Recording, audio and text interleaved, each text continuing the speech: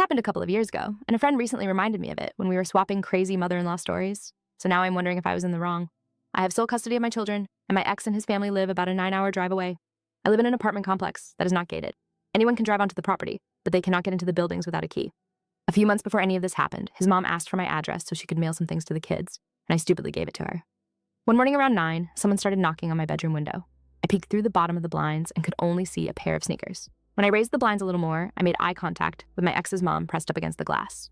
I remember thinking, what on earth is she doing here? Because she had the address, she had driven onto the property, but she could not legally get inside the building without me letting her in. I got dressed and went to the door to see what she wanted. She told me she was in the neighborhood and that it had been a last-minute decision to stop by. I let her in, she saw the kids for a little while, and when she left, I told her very clearly that she needed to give me a heads up before arriving. Not 10 minutes notice, I wanted at least a week. About 4 months later, she did the exact same thing. I heard tapping on the window and knew immediately who it was, so I did not look. My phone started ringing. After the 5th call, I answered, and she demanded I open up because she wanted to see the kids. I told her I was 45 minutes away visiting my dad with the children and refused to give her his address. I lied and said I did not know when I would be home because I wanted control over when visits happened. She insisted she was already at my place and that it was another last-minute decision.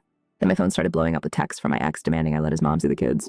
A few minutes after that, I heard loud banging on my apartment door. The police. I did not answer. I received a call from an unknown number.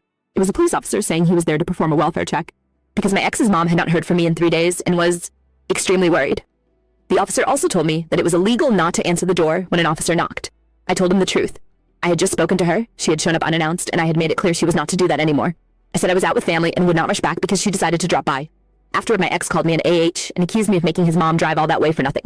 I do not mind her visiting, and I do not mind her being around our kids, but I cannot stand people showing up at my home unannounced and demanding access.